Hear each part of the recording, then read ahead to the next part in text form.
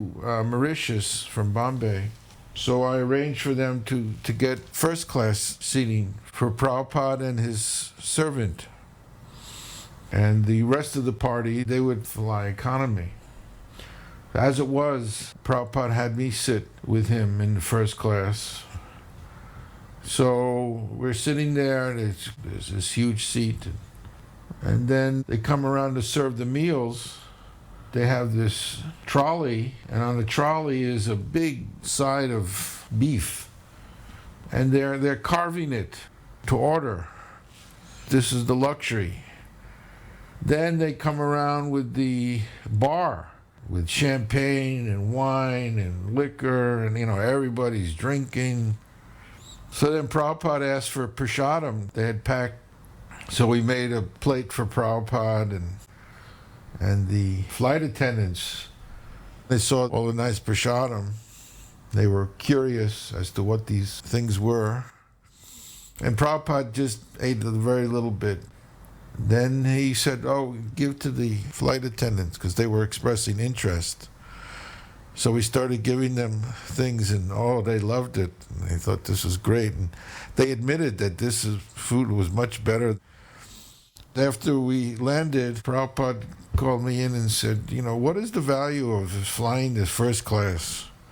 I don't require a big seat. We don't eat their food. We don't drink their drinks. And you're paying, whatever it is, twice the amount. So what is the use?" Srila Prabhupada is at the airport in the VIP lounge, sitting next to Gautam Tilak, who was our greatest well-wisher in Mauritius at that time, and another gentleman who is a member of parliament. Mr. Tilak also is a member of parliament. They were very eager to meet Srila Prabhupada at the airport. Actually, Mauritius is a little different from most other countries in the sense that it's one of the only countries in the world, like Nepal, India, governed by Indian Hindu majorities. So Srila Prabhupada knew about this. So he was specifically keen to come because he had heard some good reports about Mauritius when he was in India. And there was an invitation letter from the Prime Minister, Sir Siv Sagar Ramgulam, who invited Prabhupada to come and visit the island and grace it by his presence. So it was like very special. Therefore, I am trying to introduce this Krishna consciousness all over the world without any distinction of caste, creed, color. God is for everyone. Mauritius was developed by two devotees. It's a small island off the east coast of Africa. Prabhupada said some very profound things in Mauritius. He was very serious with the young people who came to visit him. He didn't like the idea of dependence on a cash crop. Sugarcane was the cash crop. His comment to those young people was, the first duty of a nation is to become self-sufficient. And that was an extremely profound statement. Because if you look at the world situation and you look at so many of the trouble spots, it's all about trying to exploit somebody else's natural resources, like America and Europe trying to exploit the oil resources of other areas. And if each country would take that seriously, becoming self-sufficient, you wouldn't have these major conflicts going on in the world. So when Prabhupada said that, it was extremely profound. When one of them asked, well, what is your movement doing to help the world? And he said, we're taking animals and turning them into human beings. And then he gave a very fiery lecture. And then at the end, he told Brahmananda, take the tape of this and send it back to Godhead, and they should make an article out of this.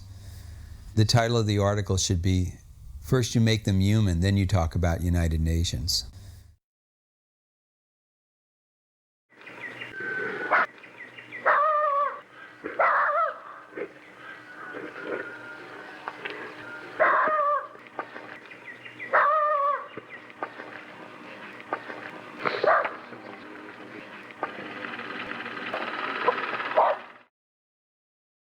We were in Zambia in a little ashram 4 of us sitting around. And one devotee there, his name was Bivakar. He was in the World Atlas looking at Africa and populations and whatnot. And he saw this little island out there in the middle of the Indian Ocean. He said, oh, look at it, it's like about 850,000 people. And more than half of them were Hindus. So Chaivana Maharaj and Parameshwari Das, they went to India for the Mayapur festival. And on their way back, they stopped in Mauritius, and they felt it was a very nice place. So Bivakar and I went to Mauritius, and we began things there. We kind of went there Prabhupada style. We went there with a trunk of books and more or less no money and an invitation to someone's house. That's how we began. The people took an immediate interest in us, I think just because we were a novelty. But the preaching really took off after Srila Prabhupada came. It's amazing to see the potency. I mean, he only stayed really a few days, and he inspired so many people. And the long-lasting effect of his presence is incalculable to me. I remember he was speaking so enthusiastically to a few boys that were coming, and they were talking about making that country the first Krishna-conscious country, and I'm just sitting there thinking, this is never going to happen. But Srila Prabhupada, he could just see it. His devotion was so great that he literally influenced thousands of people, even though he only met a few. The interesting thing about the place where we were staying was that it was in an area that was mostly populated by Creole population, means Christians of African descent. And obviously they have never heard of Hare Krishna because it was such a new thing at that time. But when they heard a Swami, like a saintly person, was coming to reside in their neighborhood and that there were going to be daily lectures in the evening, so many people came. So many ladies, young men, and all types of people. Not only Hindus came. Actually, I would think the majority were non-Hindus, and they were all interested. This house for Prabhupada to stay was given by Mr. Madhvani, who actually was the sugar king of Uganda, Madhvani Sugar Mills. We found out that Mauritius doesn't have a sugar refinery, that actually the sugar cane is crushed into juice and then that's shipped to England and it's refined in England. And then Mauritius has to buy sugar from England, although it's growing all the sugar cane. So Prabhupada was telling him, why are you providing sugar for the British, for their teacups?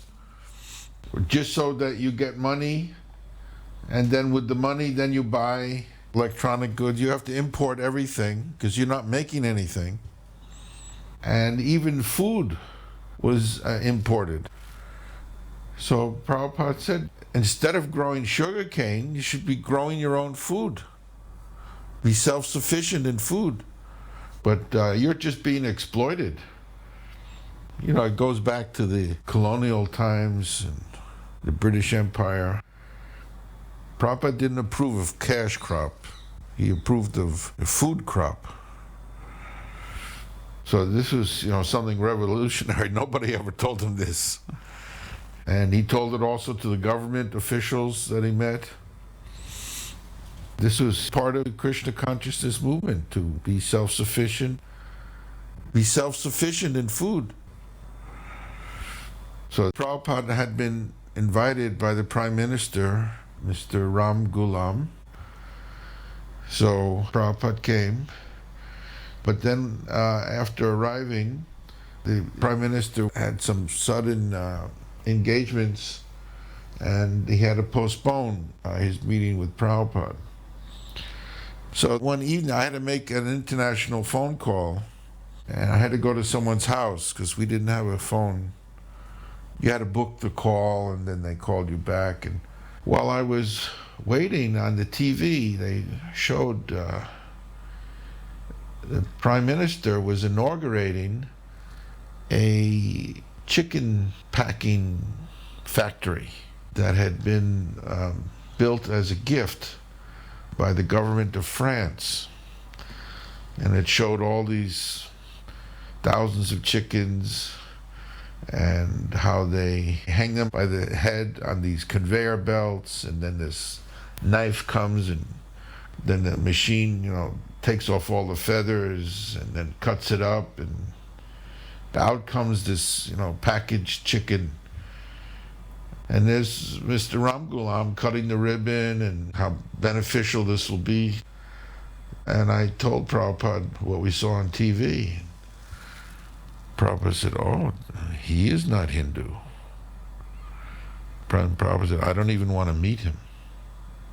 Prabhupada was horrified. How could a Hindu person be giving this to his country? So Prabhupada didn't want to meet him, and so we canceled that. So on one morning walk, we were going along the beach. It was very intimate because there were very few devotees on there, and Prabhupada was very relaxed. And in one place, Prabhupada was sitting on the bench. Pusa Krishna Maharaj put his chadar so that Prabhupada would be comfortable, and all the devotees were sitting down on the sand. And next to the bench, there was capsules of Coca-Cola, Pepsi-Cola, cigarette butts, and all kinds of wrappers. And then he said, "What is all this Pepsi-Cola, Coca-Cola? We don't use all this. What is the necessity of this Pepsi-Cola, Coca-Cola? In our ashram, we don't have any of this, and we are all very happy anyway." In this way, he said, they manufacture all kinds of things, and they make advertisements so that people will consume. In this way, they are misleading society into sense gratification. And because the people want sense gratification, they will purchase endlessly till finally, they get sick of all this junk food and garbage. Surrender unto Krishna in devotional service, in full Krishna consciousness, is the most confidential instruction and is the essence of the 18th chapter. Because the body is born in America, therefore he is thinking America. One of the first things we arranged was a press conference. That's what we are seeing here. Prominent reporters from the television, the newspapers, were invited to come and meet Srila Prabhupada and put their questions. 1975 was a time when the country was not very developed and people were not very enlightened on spiritual subjects. The population of the country, consisting in a majority of Hindus, they were used more to Lord Shiva's worship and Ramayana. So to have Krishna being propagated was rather unusual. I remember when we came, we brought the Bhagavad Gita. And most people had just heard about the Bhagavad Gita, but very few people had the Bhagavad Gita actually at home. So there was such a big demand for the Bhagavad Gita as it is that we couldn't supply, because the yatra was not in any way up to the standard to import books from Los Angeles or anything like that. But anyway, we did take orders, and after some time, we were able to get the books in and distribute them to the people. So you will see the questions are rather simple. People here are generally quite accepting swamis, priests, and other saintly persons without having to kind of challenge. Out of their cultural upbringing, they won't challenge him like a Western reporter would probably challenge him. We have recorded another exchange between the reporter and Prabhupada. The reporter is asking, "Do you think, Swamiji, that man can become perfect?" Prabhupada says that that is the chance of a human being. Therefore, in the human society, there are schools, colleges, education, culture, and not in the animal society. Humans can be made into perfect beings, not the animals. So if mankind is denied proper education, that is the greatest harm. Humans have got the opportunity for spiritual education, but the authorities are not giving them that opportunity. They're imperfect, and they are taking advice from the imperfect. Therefore, it is very difficult for them to understand, because they do not take advice from the perfect person, Krishna. Apashyatam atma tattvam. They cannot see. Without guidance from the Supreme Person, nothing can be properly managed. Then the reporter puts another question. Do you mean that perfection is to become God or to become a perfect man? Prabhupada says, man never becomes God. Then the reporter said, what does perfection mean? Prabhupada says, perfect means to become godly. So this was very significant, being also permeated by the impersonalist aspect of spirituality and by false teachings of swamis, preachers, and other type of persons. They also had the idea maybe that if you become perfect, you become a god. But Prabhupada very clearly put it. Man cannot become God. The best he can become godly. There are degrees of light. There is sunlight and there is this light. You cannot compare this light with the sunlight. Light comes from everywhere. But that does not mean the sunlight and this light is the same. First of all, you understand this. You have question about the light. First of all, you understand there are degrees of light. You cannot say this light and the sunlight is the same. By this you mean that those who adapt to the life by the teachings coming from the Quran or from the Bible is that is your lesser life. That is your business to study. But we give you the idea that light comes from everywhere.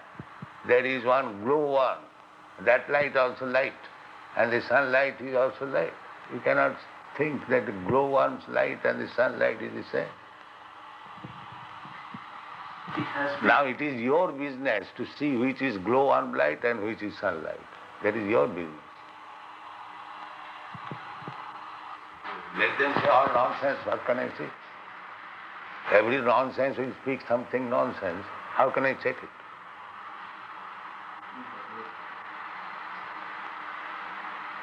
There are so many nonsenses. Therefore, we are trying to make all this nonsense into human being.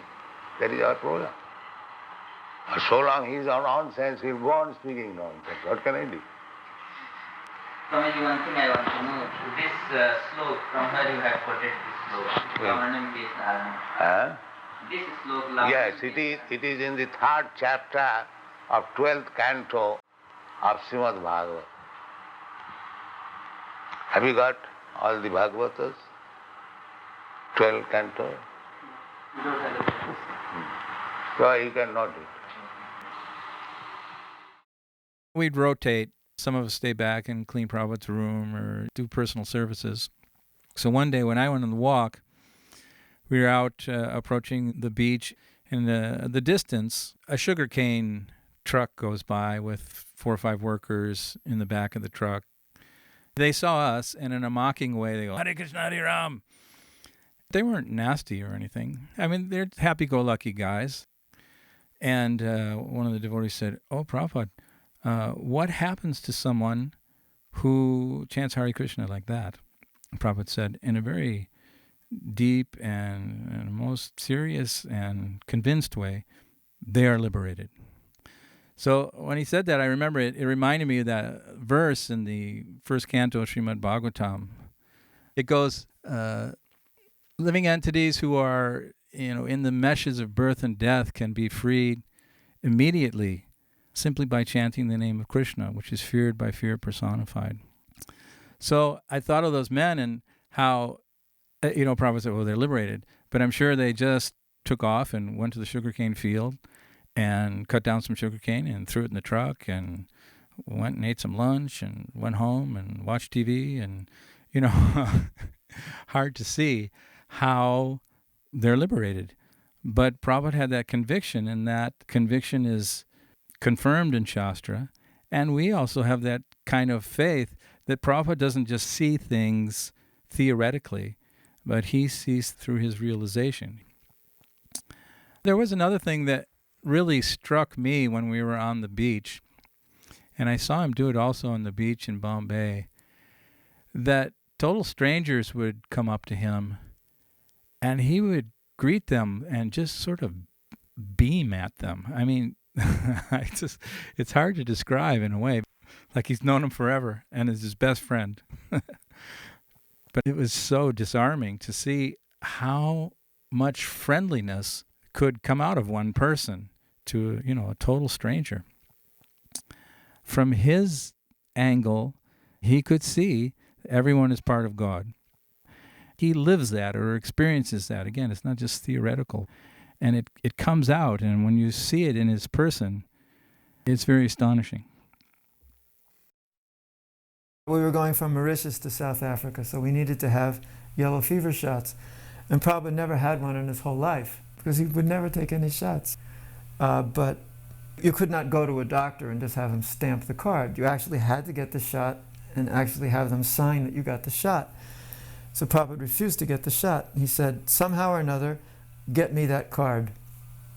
And then he had this little smile on his face. So then I said to Pushta Krishna, okay, let's go. And then he said, what are we going to do? I said, we're going to get the shots ourselves and do something. He said, ah. So we went downtown and Pushta Krishna takes Prabhupada's card for shots. And he gets the shot. And when the man asks him for his name, he says, Bhaktivedanta Swami. And then he asks him for date of birth. So then Pushta Krishna says, I forgot. And then the man said, you forgot? And then at that time, I'm sitting just 2 rows up and saying, oh God, we're in trouble now. So all of a sudden I start chanting like, Hare Krishna. I'm just chanting and I'm doing this ecstasy thing. And the guy's looking around. He said, what's going on? And he says, you don't remember? And Pushta Krishna says, I can't remember anything anymore. It's so confusing, all this chanting. I don't remember anything anymore. And I'm just going on and on and on, making a whole scene.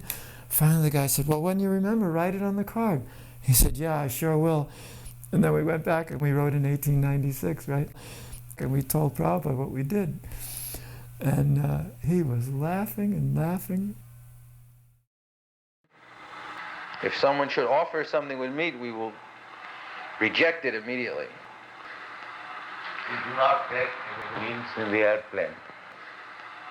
We take our meals with us. Although we pay for that, first class, Yes. but still we do not. They offer and give us some fruit, that's all. Coming here on Air India, the stewardess was very surprised why we weren't, they had so much and nice elaborate meals prepared, but we don't take these things. Nobody is interested in the spiritual life. Therefore, no customer is coming. We go to sell our goods there. Have you had a significant impact on the American society? Is that? What is that? Have you had a significant impact on the American society? The values you preach, have they influenced Americans to a certain degree? Oh yes. You can go in America, any country, any city, and everyone will know Hare Krishna. We're getting... That's not what I mean. What I mean is, have Americans started to be less violent, for instance? Or have they started to be less egoistical? Or have they started to be less... Well, not unless they follow our movement. But those who have followed our movement, recently there was one study that was published